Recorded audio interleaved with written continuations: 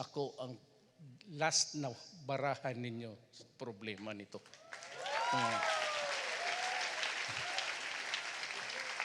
Pag walang takot, believe ka lang kay anak o kuan, tapos daang matuwid, wa man po ko'y nakit ang tuwid diha.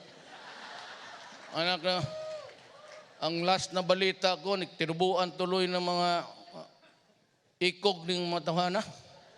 Walay sungay, di mo makitaan, pero I've heard that they have grown tails in the butt. Unahan ninyo, kung ano ang nakita ninyo sa realidad.